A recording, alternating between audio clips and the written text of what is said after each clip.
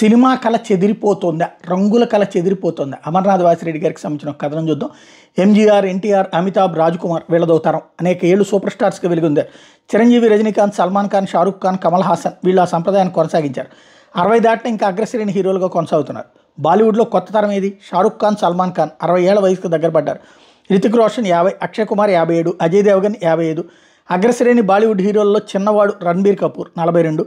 కొత్త తరం హీరోలు లేరని కాదు, టైగర్ షరాఫ్, వరుణ్ ధావన్, కార్తీక్ ఆర్యన్, సిద్ధాంత్ చతుర్వేది లాంటి వాళ్ళు టాప్ హీరోలుగా ఎదగలేకపోతున్నారు. కారణం ఏంటి ఆలోచించారా?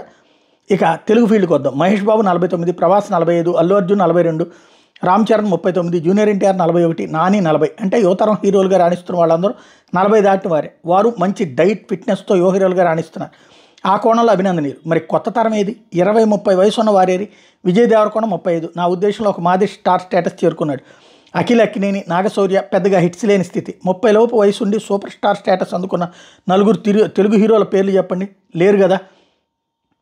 అదే సందర్భంలో ఎన్టీఆర్ 27 ఏళ్ల వయసుకే పాతాళ భైరవితో టాప్ హీరో అయ్యాడు. అక్కినేని 24, బాలరాజు. ఎంజీఆర్ 32, అమితాబ్, జంజీర్ 29, రజనీకాంత్ అంతులేని కదా 26.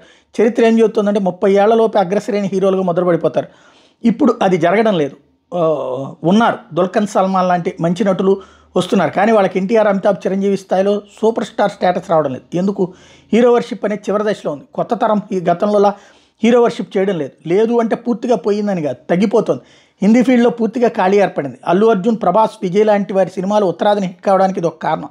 దక్షిణాదిలో కూడా ఖాళీ ఏర్పడుతుంది. మరో 5-10 ఏళ్ళకి ఒకరు కూడా సూపర్ స్టార్ స్టేటస్ లేని స్థితి వచ్చేస్తుంది. ప్రస్తుతం ఉన్నవారు 50-60లోకి వెళ్ళిపోతారు కదా. జనాలు ఓటీటీలకు అలవాటు పడ్డారు. ప్రస్తుతానికి రాజమౌళి ఫార్ములా నడుస్తుంది. సినిమాకు విపరీతమైన క్రేజ్ ఏర్పడేలా మార్కెటింగ్ చేసుకోవడం, తొలి 4 రోజులు టికెట్ ధర పెంచి వసూలు రాబట్టుకోవడం, ఈ ట్రెండ్కి ఇప్పుడు నడుస్తున్న వివాదం గండికొట్టింది. బెనిఫిట్ షో ట్రెండ్ ఒకవేళ నడిచినా మరో 3-4 ఏళ్ళు మా సినిమా 1000 కోట్లు వసూలు చేసింది అని చెప్పుకుంటున్నారు. నిజమే, కానీ అన్ని సినిమాల మొత్తం వసూలు గతంతో పోలిస్తే దారుణంగా పడిపోయాయనేది దాచేసిన నిజం. ఈ ట్రెండ్ ఇంకా కొనసాగుతుంది. మూలిగే నక్క మీద తాటిపండు. ఇప్పుడు అమ్ముడుపోతున్న ఒకటే సరుకు హింస, లాజిక్ లేని హింస. చివరికి రజనీకాంత్ కూడా దీనికి మినహాయింపు కాలేకపోయాడు. ఇప్పుడు అది కాసులు కురిపిస్తుంది. నిజమే, కానీ ఈ హింస డోస్ పెంచుకుంటూ పోవాలి. ఇప్పుడు రానున్న కృత్రిమ మీద హీరోలు మానవ భావోద్వేగాలను ఏ హీరోలు పండించలేవు. నిజమే, కానీ మన హీరోలందరూ హ్యూమన్ ఎమోషన్స్ను వదిలేసి హింసను నమ్ముకుని ఏ హీరోలకి దారి సుగమం చేస్తున్నారు. ఆరిపోయే దీపానికి వెలుగు ఎక్కువ అంటారు.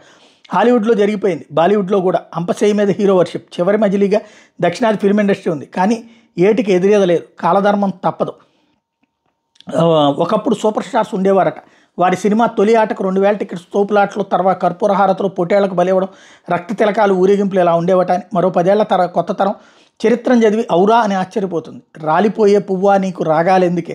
ఈ పోస్ట్కి హెడ్డింగ్గా దీన్ని పెడదాం అనుకున్నా. హీరో వర్షిప్ అనే ట్రెండ్ రాలిపోతుందని దీని అర్థం. కానీ పోస్టులు కరకొరగా చదివారు కేవలం హెడ్డింగ్ చూసి నిర్ణయానికి వచ్చే యూట్యూబ్స్ వరకు వారు నేను ఒక హీరోని ఉద్దేశించి రాస్తున్నాను అనుకునే ప్రమాదం ఉంది అని రంగుల కాలాన్ని హెడ్డింగ్ పెట్టానని చెప్తున్నాడు.